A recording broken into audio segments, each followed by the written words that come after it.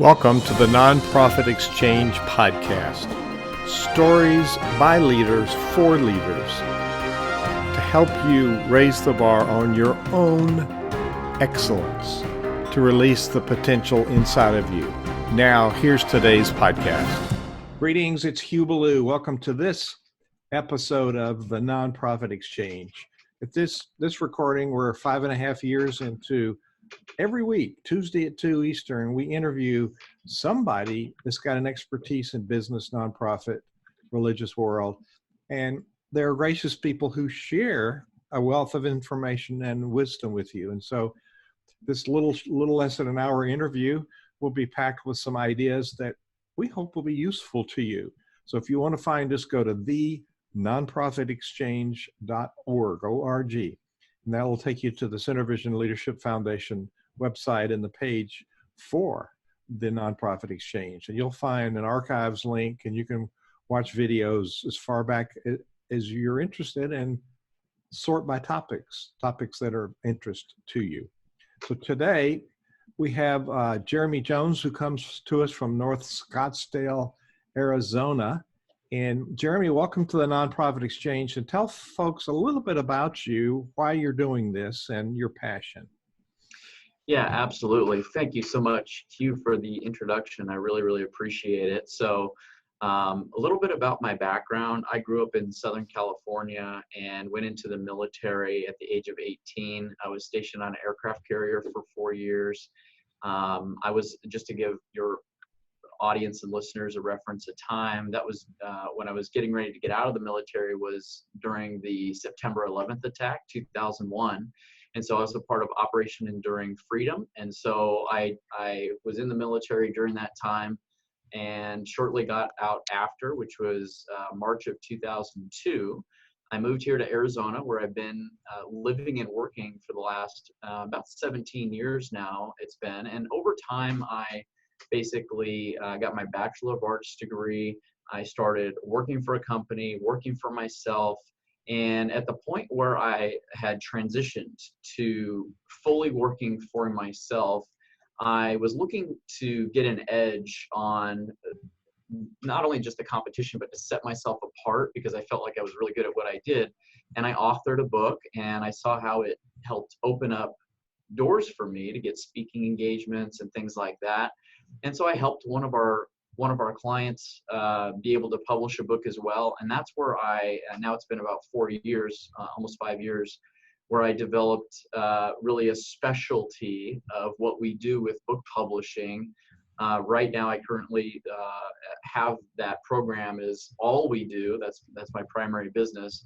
And it's Jones Media Publishing. We're right now the top rated book publisher for coaches, consultants, speakers, and experts to help them publish a book that can be used as a tool to get speaking engagements and also get new clients. And so I'm so passionate about this because a book can be a tool to help an expert share their message, share a message that's really impactful, share the story of the a charity, nonprofit, or organization, to share the reason why they do what they do and the principles behind it, to help them reach an audience and reach people that are outside of their sphere of influence in most cases.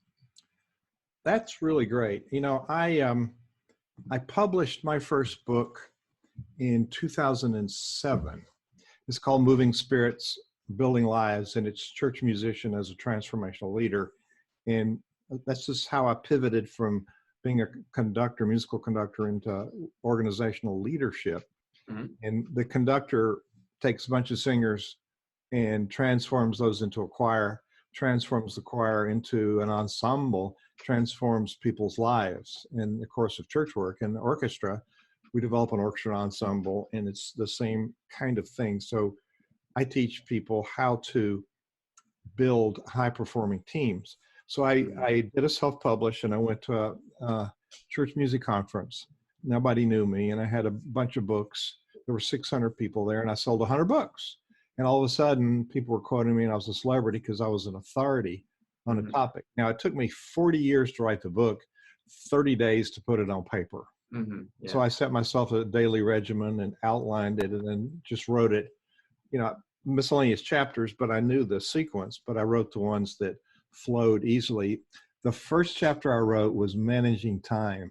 So then I said, well, I wrote about it, now I got to do it. So so I can tell you that was a business card.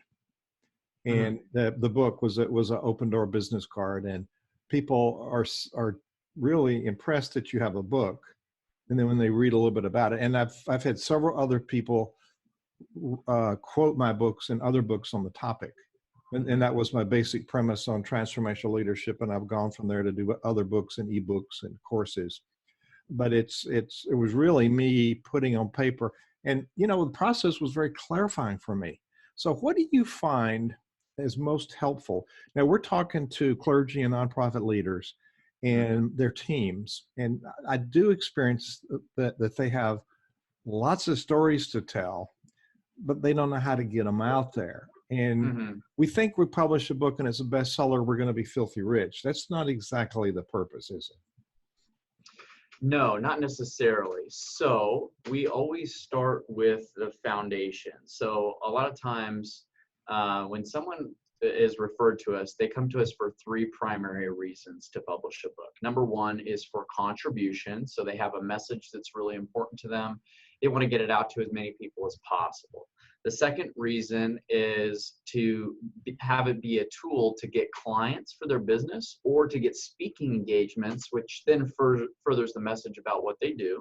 And then the third reason is for credibility and authority. So the book serves as a purpose to position you as an authority, a specialized expert at what you do. So whenever someone comes to us and says, hey, I got an idea for a book, or I've started sketching out ideas, but I feel like I'm stuck, which it's very, very common, we always start with the main purpose of the book. What is the purpose of the book for you? Because the whole structure and the outline of the book can be determined to serve that purpose if we know the reason why the author is writing the book and then who they're writing it for. And you'd be surprised how many people just don't think through that process. And that's what we're very good at. That's what we work with each of our authors is we develop basically a profile of who the book is for, what we need to cover within the book. We help them to structure and outline their book properly.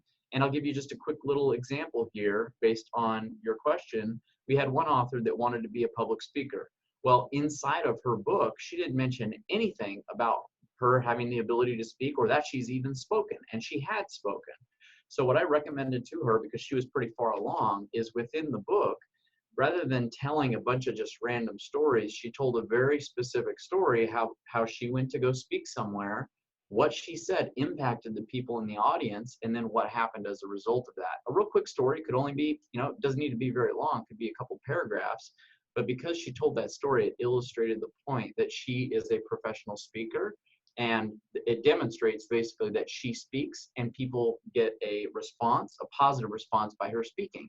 And guess what a meeting organizer wants when they invite you to speak? A good response from the audience, and for the audience to do something with what they learn. They want the speaker to perform to their audience and bring value to their audience. So there's certain things that we can do with the outline of the book based on the purpose. So you asked your question about stories. Depending on the purpose, depending on the structure and the outline of the book, it also depends on how much of those stories or what stories even make sense to include.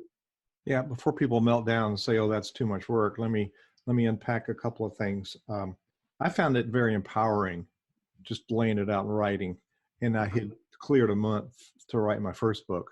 And the other ones were written piecemeal through blog posts or other things that I put together. And you got to be really careful if you do it random, it's got continuity. So having a good editor. So that's right. The thing that occurs to me in a lot of churches and nonprofit leaders and synagogues don't consider branding. And what you're talking about is your branding. Who are you? Who is your audience? And how do you show up with that audience? What is your brand image? Now, I had a brander publish a book called Twist, and her publicist contacted me and wanted an interview on my business podcast, a different one. And then during the interview, I had her book out. We're talking about put a twist on your brand. And I said, oh, by the way, how did you find me? She said, your brand really stood out. the conductor that teaches leadership. That sets you out above everybody else. And so if you're having trouble in your charity, raising money, getting volunteers, maybe it isn't clear, your brand isn't clear. If people aren't coming to your church or synagogue, maybe there's not a really clear brand image of what they're going to expect or who you're marketing to, and what are they going to experience when they get there, and maybe why should they come. So any of those things, do you help people sort that out? How do you, or do they need to come in with a brand ready, or do you help them decide who they are and how they want to show up in the world? Yeah, that's what we help each of our authors and each of our clients with. So it starts with the structure and the outline of the book first, determining what are included in all the chapters. And then we do a lot of research on book titles. So the book title is a very important component of the book, because that's the very first thing that potential readers or potential audience members at your wherever you're speaking at, when they hear the book title or they see that you're author of X book, that's a determining factor to represent who you are. Like if you have a book about, let's say, purpose, like purpose-driven life type of a book, that's what the author is representing and talking about in their book. But if the book was called, instead of purpose, it's family history secrets, they're all about the family history. So the title of the book does represent the message and what the author is all about. And all of those things need to be considered with the end in mind. I mean, that's why I reference quite a bit with our members because we coach our members through the entire process from blank Word document to published book, is we always do what Stephen Covey said in his famous book, the Highly Effective People, Seven Habits. 7 Habits of Highly Effective People, is begin with the end in mind. And we always look at beginning with the end in mind for the purpose and the outcome for the book.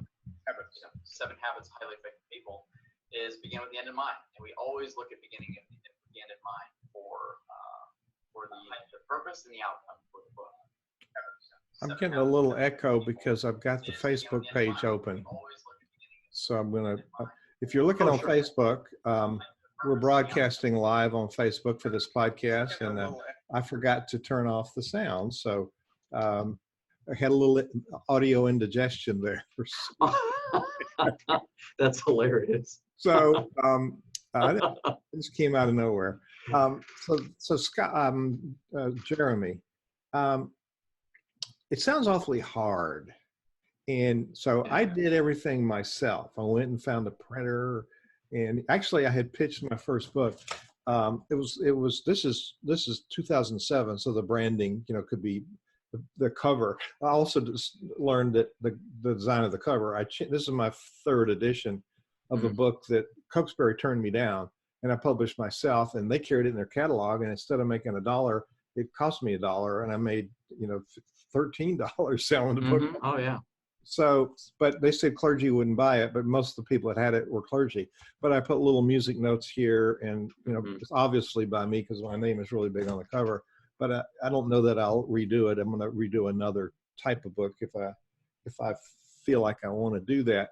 But the all of that stuff, why does somebody need? I'm looking back and thinking, well, I wish I'd had somebody like Jeremy Jones to guide me through a process. It was kind of difficult.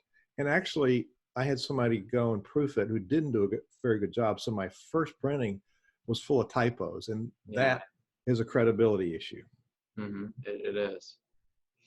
Yeah. So basically what we do is we have the entire process outlined in 3 phases, and that's how we are basically a guide, guiding people through the entire process so it doesn't ever feel overwhelming. So what we do is we've divided our unique publishing process into 3 primary phases. So phase 1 is what we call the create or the foundation phase. That's everything related to who the book is for, what's the purpose of the book for you, getting the book structured and outlined properly in a very simple and systematic way, getting the book written in a time-effective manner, because we know most of our authors or members are not writing a book 3 hours a day. They have a certain window of time that they can allot outside of their business or their profession.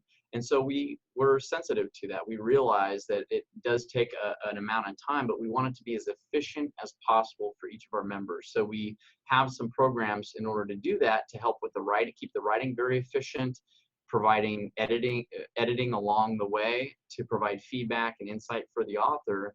And that's all phase one. And then it goes to our team of editors to get everything edited properly, so the author never has to deal with any of that, what you just mentioned, where we have had people come to us and say, hey, look, I tried to do this myself. It's full of typos. I need to just get it done right. And that's what we do, is we want it to be done. Our model is a traditional publishing house level of quality, but each of our authors retains full rights to their book. So everything is in phase one that I'm mentioning. Phase two is everything related to what we call packaging. So packaging it as a product, professional book cover design, the layout for the paperback book, and Amazon Kindle ebook formatting. Those are the three primary formats as far as Amazon goes. And then the third phase is the book release. So anytime when we first start our authors and they're starting to plan, hey, I need to get my book release going, my book launch, and all this stuff, what we do is just help guide them and say, hey, let's do phase one first. Get phase one handled, and then we move to phase two, and then phase three. So that's what we do, is help facilitate each of those steps along the way. So the author, there's never any guesswork of what to do. We help guide them along the way. That's important. And my clients in launching and growing an organization, people don't know what to do next, and we do things Right. randomly, and then it's not very productive. So it sounds like what could be a very complicated process, you've created, streamlined. This is what you do next. This is what you do next. Now, is there a lot of, I think what holds up a lot of people is they say, well, I got to carve out time to sit and do all this writing, and I'll do that next year. Mm-hmm. So it's I'm going to wait till this is the right time, or wait till it's perfect, or, I will do it when, the famous excuse, I will do it when. So why should people wait? Can they get started? And is there like a different way to put words on paper? Can they dictate them in some cases and have somebody transcribe? Are there options? Yeah, there definitely are options. So when we're in the writing phase of things, if the author wants to dictate what they've written, we have a unique process around doing that. It all starts with making sure everything is organized properly. So if we have the book structure in place, if we have the outline in place, when the author is dictating something, it's not random. What creates a really high expense for editing, the whole editing process just completely multiplies itself and becomes very, very expensive when the editor has to go and restructure, rewrite, developmental edit everything. And what we recommend is to do it in bite-sized chunks. So chapter one, let's say, as an example, is typically broken into about 3 to 5 sub-parts. And if the author is going to basically speak their book and transcribe it, they only focus on chapter 1.1, and then chapter 1.2, and then chapter 1.3. So they're only talking about this one thing for a short period of time. Then that can be transcribed and then cleaned up because it's focused and it doesn't need this entire reworking. So that piece right there dramatically decreases the time. Another thing is, the reason that most people take a lot of time to write their book is, again, because they don't have everything structured from the beginning. So what a lot of our authors do prior to working with us is they'll get excited about an idea that they can write into as a book. They get committed to it. They're just on fire about it. They see that it can impact people. They grab their laptop. They got a couple hours on hand, and they just start pounding away at the keyboard. They're just typing, writing this story and that story and this story and that story, and it's just a bunch of stuff that they're typing out, right? But then they get to the point where they go, wait a minute, I don't know if I should include this in chapter 1 or 4. Maybe actually this should be later in the book and this should be prior, and they find themselves for 5 hours taking this and moving it here, and then taking this and moving it here, and then wait, I need to reword this. That process right there is extremely frustrating and extremely time consuming. So our unique process that we've developed is to help the author develop a proper structure for a book based on industry publishing standards, to get it all structured first and then fill in the gaps. And the way that I like to illustrate this is when you think about a sculptor that is sculpting a big, heavy sculpture, right? If it's a big, heavy sculpture, they don't just take a big, giant glob of clay, plop it there, and then start doing fine detail. And that's what a lot of people do in writing their book. They start typing away a story in fine detail. What a sculptor does is they first develop a wireframe of the body of the sculpture, and then they built the mesh. The mesh represents the body of it, and then they put on the clay, which then forms the fine detail. And if you do the same process when writing a book, is you first look at the structure, what makes up all of the chapters, and then within those chapters, what makes up each of those components for a properly published book. But then you get to the writing. Once that's developed, I mean, you're cutting your writing time probably by a fifth. You'll have a fifth of the time that it to write is in my experience. Yeah, and there's always this fear of the unknown. But I want to shout out to David and Ashley and Cypher, Ashley and Becky and Peter, who joined us on Facebook. We stream this live every week on Facebook, and if you're on there, please feel free to share with somebody. I've had people tell me, Jeremy, that they have done a series of blog posts and actually written the book, and then they build excitement as they launch the book. And people, even people who've read the podcast, I mean the blog, still buy the book because it's all in one place instead of strung out with of articles. So that would seem like a disciplined way to lay it out and think through it and get some real-time response. Do you have any reading on that? Sure, we've had authors that have done that. We've had authors that have done that with writing. If your style is that you're more comfortable with writing, that's a great way to do that, is to get to the exercise of writing and putting out blog posts and getting some feedback. I think that's a great way to start. We have had another author as well that does it through audio form. So through the course of a podcast, we'll have a chapter that's determined that he wants to talk about, stories he wants to share. Through the course of the podcast, verbally is talking through the content that he wants to include in the book. And that's a great exercise as well, to speak out the story, and then you re-listen to yourself telling the story, and then you can very easily type it out or have it transcribed and you clean it up yourself or have an editor clean that up. So sure, I think doing that process is a great exercise, because you can get some feedback from people, kind of see response, who engages, who leaves a comment. And yeah, I think that's a really healthy way to do that.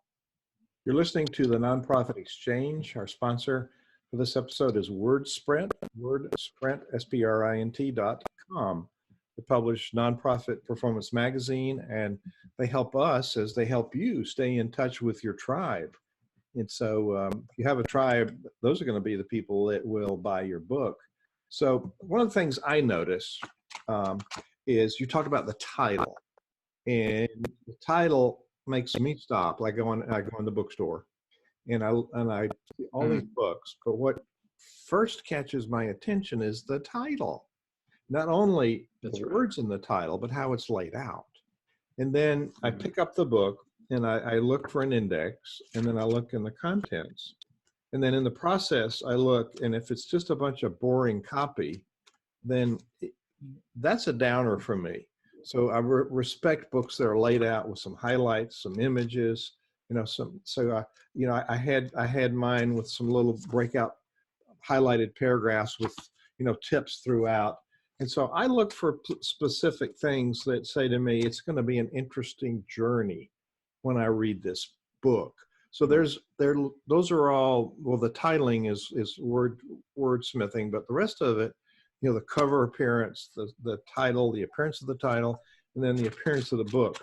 What are the factors that encourage people to, well, and I'm talking about a physical book right now, and you mentioned many forms, but Mhm. let's start with the physical printed book. What are some of the things that make the book attractive so somebody would want to pick it up and then buy it? Yeah, that's a great question.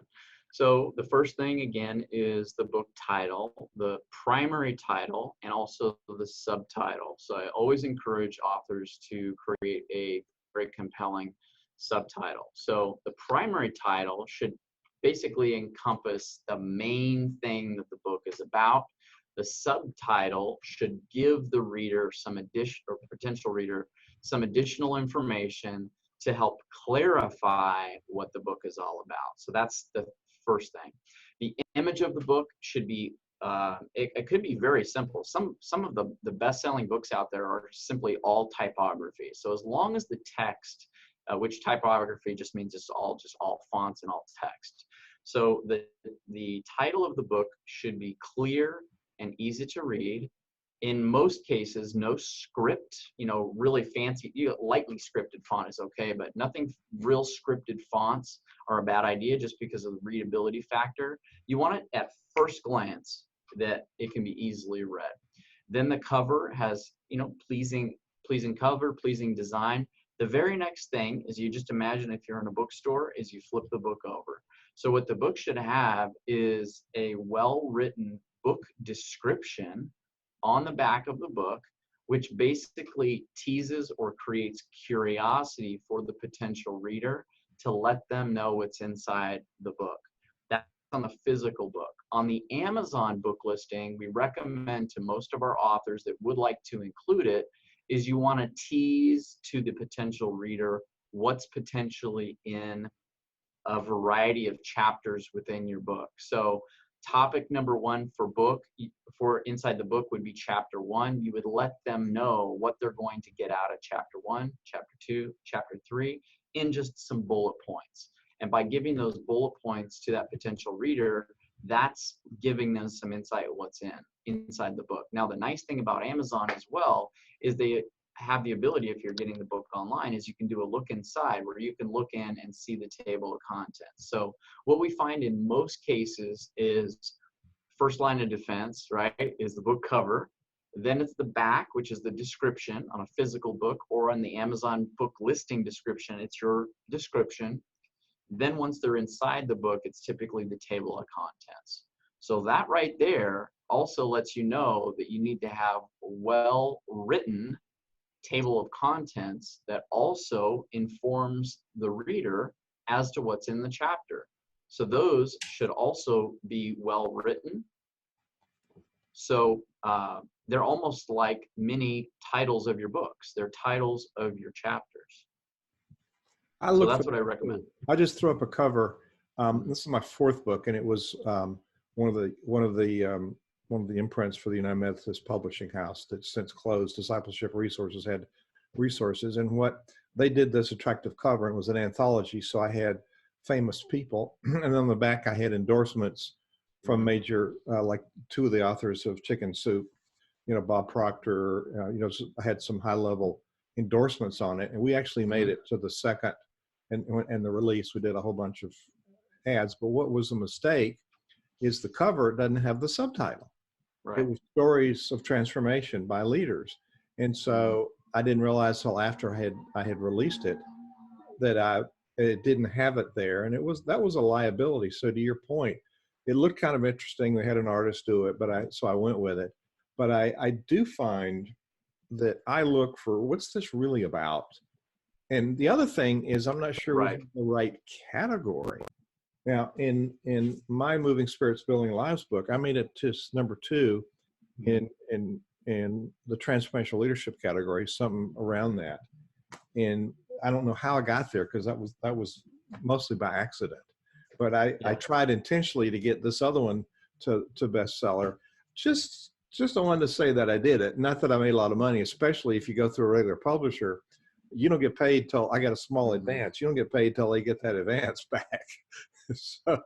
So speak more about the artistry of design and how this is subliminal message, and there's this attraction thing that goes on that entices people to want to grab it. You know, once they grab it, I think that's half the battle. Would you say? I would say so, yeah. So grabbing their attention, getting their attention first, yes. And then once you have their attention, then it's the book description that takes them to the next piece. So the title leads to the subtitle, leads to the description, which leads to the table of contents, which then gets them into the book. If they feel like the book would bring them value, then that's when they make a decision to buy the book. And nonfiction books, the value in most cases is something they will learn to improve their life and make their life better.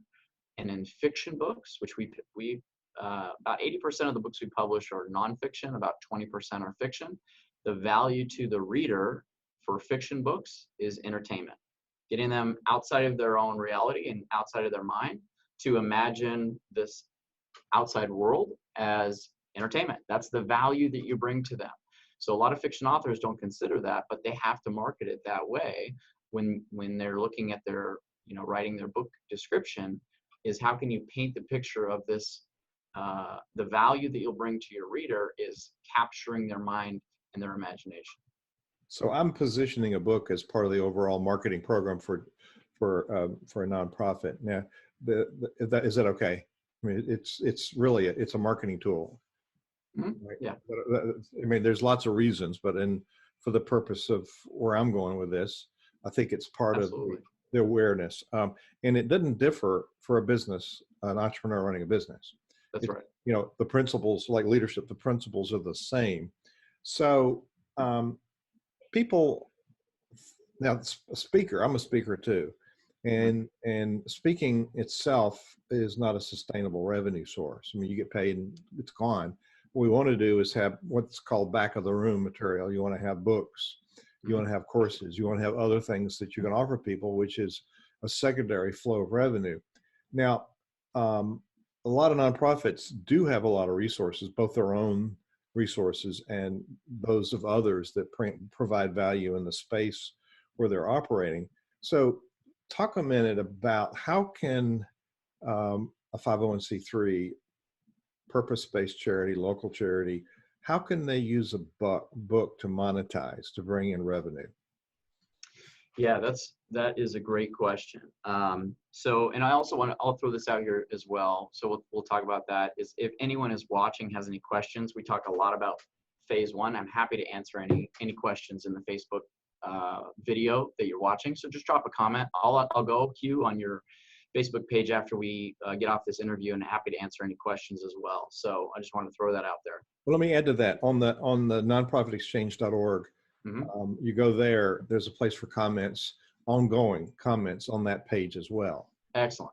And we'll have an edited video up later in a few hours. So then it'll have our branding on it. So they can go to Facebook or they can go to the Nonprofit Exchange and find your page and make comments there as well. And then you can answer the comments. Yeah, perfect. So I'll look at both of those and happy to answer any questions for anyone watching. So to answer your question about how a 501c can be able to use it for fundraising, and the way that we've seen this work best, because of our model, we have a traditional publishing house level of quality. The author retains full rights and they earn 100% of the royalties, obviously minus the printing cost of the book.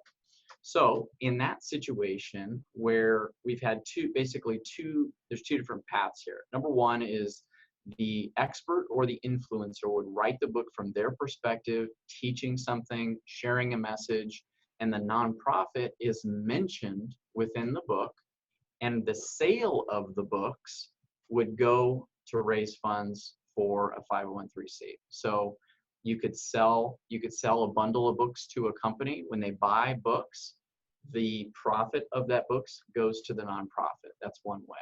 Another way that we've seen several of our authors do is the author runs a business themselves, or they're a speaker, but the nonprofit or the charity is the sponsor of the book, basically, and the charity or nonprofit is mentioned on the back of the book. So a portion of the proceeds go from the sale of books that go to the nonprofit. And a lot of times what happens there is people, when the author is promoting the book, they can say a portion of the proceeds go to this charity or nonprofit. People like to contribute to causes or businesses that also do contribute to causes. Plus, there's a lot of joint venture opportunities that could come from that as well. The 501c nonprofit slash charity, a lot of times they have donator lists. So a list of all the people that have donated, they could send a message to the donor saying, hey, we partnered with this author. The proceeds are going back to our nonprofit. We think our audience or our donors would love this book. If you buy this book, proceeds go. So there's all different types of things that you can do within the marketing to either split the proceeds, or we've had some of our authors just say 100% of the proceeds go because they get paid to speak, or they've got, like you said, a back end to the book where they're not so concerned about the profits of the book, which can be very good, but they get paid based on coaching clients, consulting clients, business services, things like that. And I've also heard of, there are purpose books that actually teach people about particular things, how to get out of poverty, how to make sure that your child didn't get caught up in the trafficking thing. There's a lot of topics that explain to constituency. Like, I live in Lynchburg, Virginia. It's got a very high poverty rate. And there are a lot of initiatives around about poverty, and just feeding people, clothing them, helping them get temporary housing doesn't raise them out of poverty. It's the mindset. So the mindset takes us to a very different place.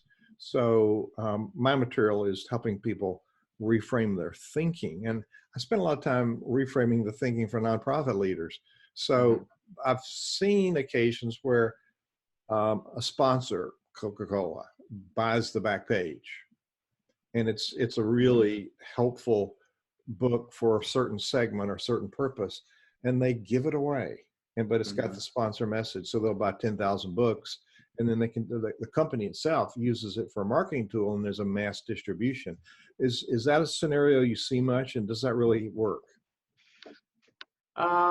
To a degree. I would say the most important thing is that the sponsor, the one representing, is in complete alignment with the audience or the reader and the values of the company. So like with your example, because we publish quite a few books for, health and wellness professionals or health coaches. I would never recommend they have like a soda company or something like that, for obvious reasons, because they don't condone that drinking soda. A different brand.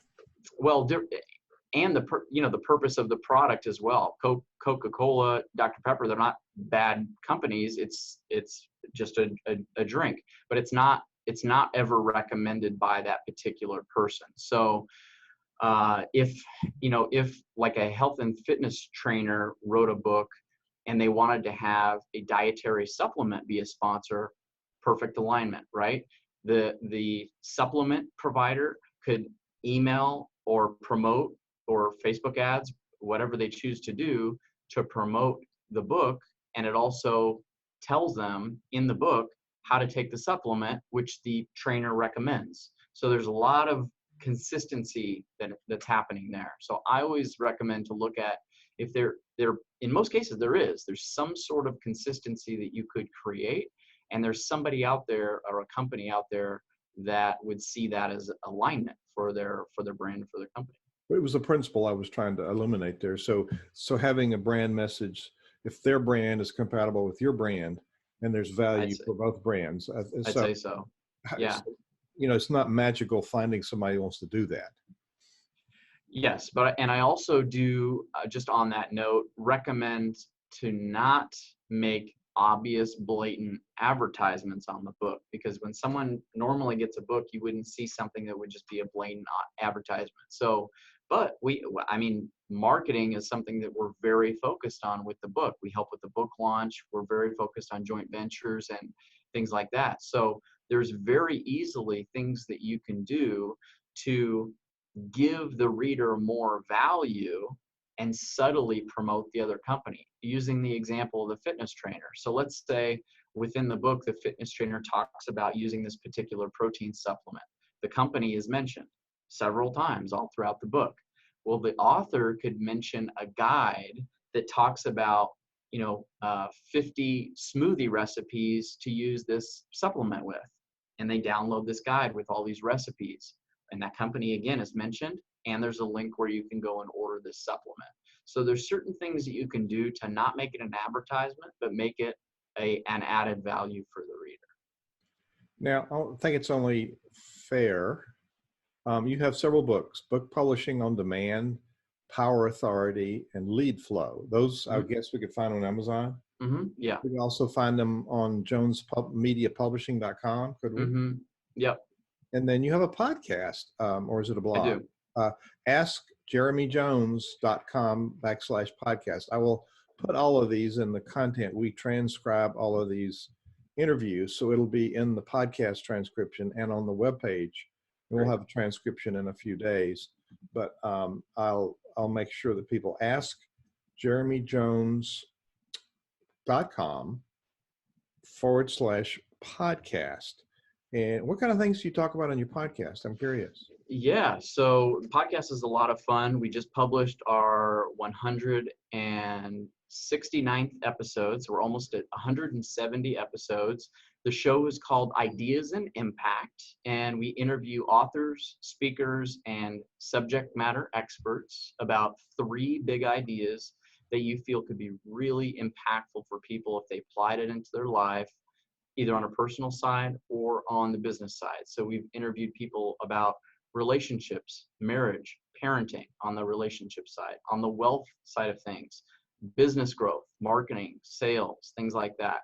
And then on the health side, we've talked about, health and fitness, weight loss, all different types of things. And it's similar to I would say our audience is like TED Talks, where you go there to listen for something insightful that you can immediately put into action with your life. So it's been a lot of fun. I am sorry, I don't know about your podcast, but I do now. Yeah. Is there anybody on the horizon coming up that will be exciting? Yeah. Any guests you got coming on that people ought to know about? Yeah. So John Nemo is on the lineup. He's a LinkedIn expert, teaches people how to optimize their LinkedIn profile. We featured John David Mann, who's the co-author of The Go-Giver, and also Bob Berg, who also co-authored The Go-Giver. We've interviewed Ivan Misner from BNI, the largest business organization in the world. That was an incredible interview as well. So we've had a few, high-level celebrity type people. We've had yeah. We've got Hugh up and coming.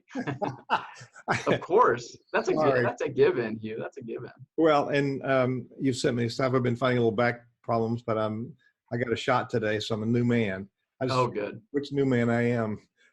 So I'm eager to find out about your podcast. So I'm going to go listen. JonesMediaPublishing.com. And what's it called again? For which one? Oh, the podcast. Ask Jeremy Jones. Sorry, is that the name of the podcast? Yeah, you can get all of the recent podcasts by going to AskJeremyJones.com. Well, Jeremy Jones, you are a wealth of information, and we had an author last week, Scott S. Smith, who has written 1,800 leadership articles for Investors Business Daily, of all places. Leaders want to know about leaders. He'd make a good guest for you. It was a really powerful interview. Excellent. So I look forward to sharing some things back for your audience. And this has been really helpful. I sort of reliving my journey of writing a book. And I will say to people, I spent 40 years in church music ministry. And one time I did a pivot, said, I'm really a transformational leader. So I repositioned myself. So I went from having my back to the audience as a conductor to facing an audience as a speaker. That was 180 degree physical transformation. And the book was a way for me to be really clear on my message. And once I started writing, I found out I knew a whole lot of stuff that I thought was valuable to people. And, I'm in the third printing, and, I bought a bunch to keep the price down. I bought a bunch and warehoused a bunch. But there are Mhm. different ways of let's talk about that before we end. We're coming close to the end of this really good interview. There, Sure. you can have a print book, but you can do it on demand. You can print a few. You can print a bunch. Mhm. What are some of the options when you publish a book? Yeah, sure. So we recommend always to start with the print on demand option and getting the process going until the author has enough established where they can hold some books on hand, which is always is a good idea to have some on hand. But in most cases, because we run a printing and distribution facility, we can print on demand pretty quickly for our authors. So we have one author just recently, about a week and a half ago, did an event with 200 people. She just lets us know, hey, I got 200 people. I'm going to need 200 books at this address. We print them, we package them up, we ship them to her event. Within about 5 business days, they can be printed. Less than that. So so we can fulfill and do that on demand for higher quantities of books. Always just make sure that there's a good reason to have a higher quantity. You can get some price breaks and things like that.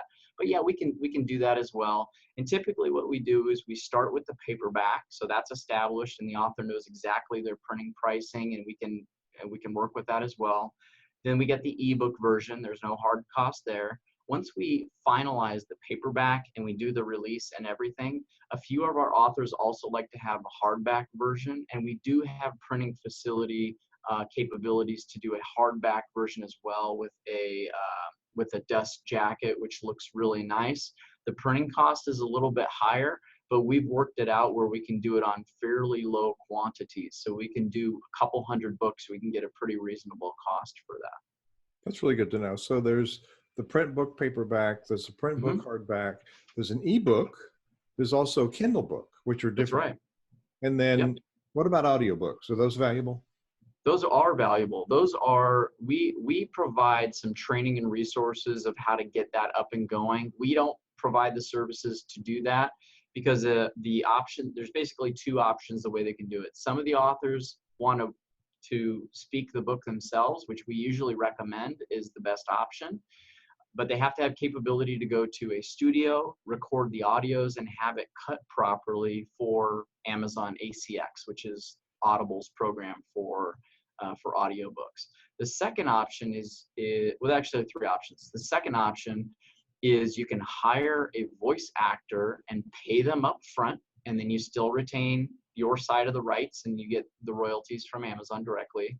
And the third option is you can hire a voice recording artist and split the royalties with them. And so that's all built into there. So you can basically choose the royalty option you want there.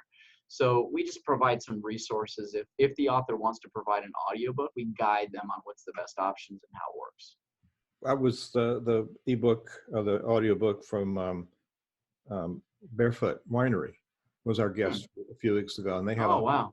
a whole drama team that did the book, and it was stunning. Yeah. It was stunning. So they didn't spare any cost. They sold the winery.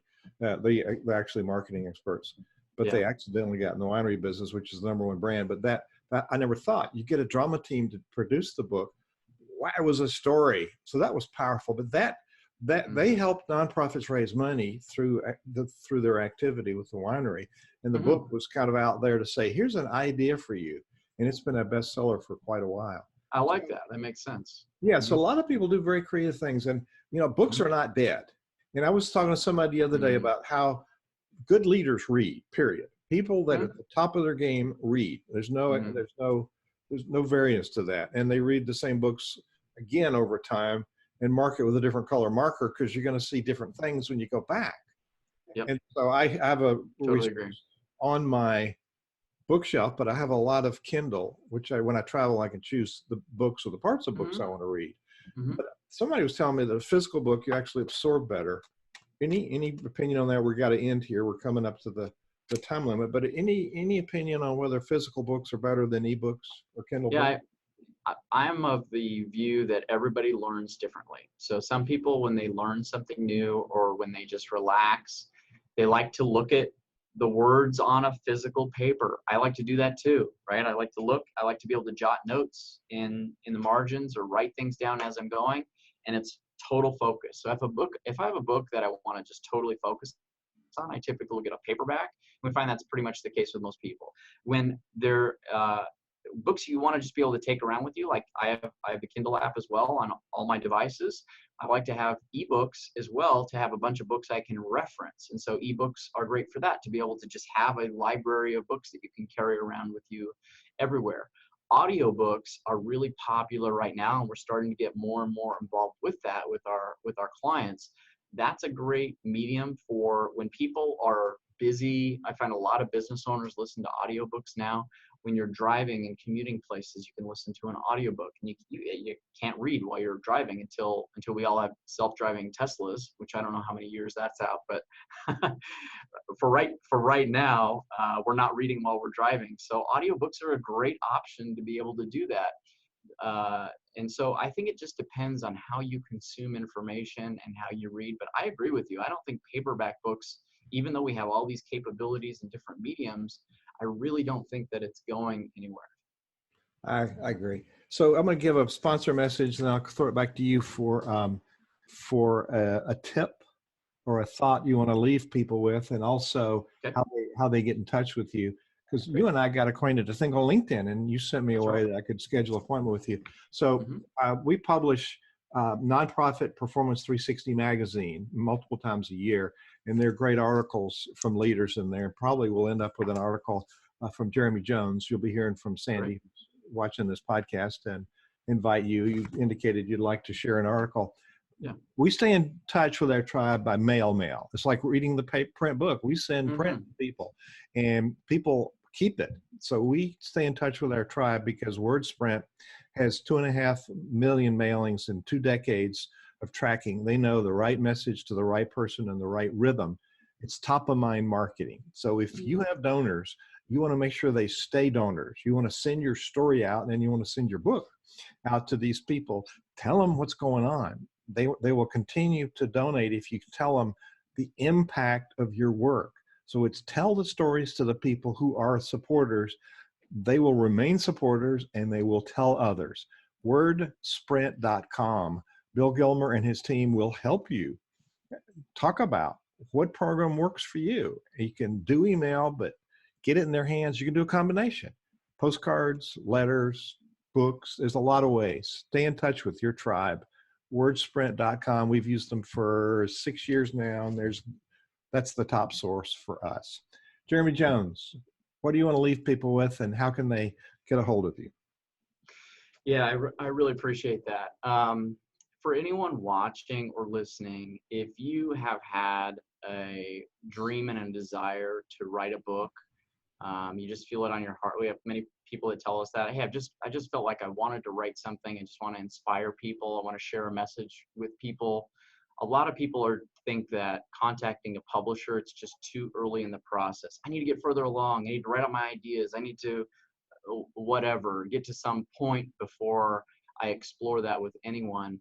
I think the earlier the better, and that's what we're actually here for, is on the early process, on the foundational process of making sure all the things work together to meet your objectives for a book. And I do tell some people, I just say, hey, I think this is a great idea for a book, but not now. With where you're at and what you're doing, wait until you have this set up or that set up, or this timing is better. So a lot of it is timing. And so that's what we do, is we do a free book strategy session with anyone that would like to explore the idea of a book, how it could integrate with your business, nonprofit, charity, how that could work. Be happy to explore that or ask any questions. Also, I run a free Facebook group for the podcast. It's called Ideas and Impact. And if you go to askjeremyjones.com, there's a little Facebook icon at the very top. Click on that, and you can join our free group, and I'm happy to answer any questions you have or explore the idea with you. Jeremy Jones, this has been a delight. I've published lots of books, but I learned a whole lot of new stuff today. But I can't go back and redo it, but I might do another one. You're the authority source. Thank you for being on the Nonprofit Exchange. Go to the Nonprofit, THE, thenonprofitexchange.org. look at all of our interviews and transcriptions. We're here every Tuesday at 2 o'clock Eastern time talking with another expert. And next week we'll be right here with a different kind of expert. So everything you want to know is in this thread of 5.5 years of great interviews. Thank you, Jeremy. And we're going to say goodbye for today.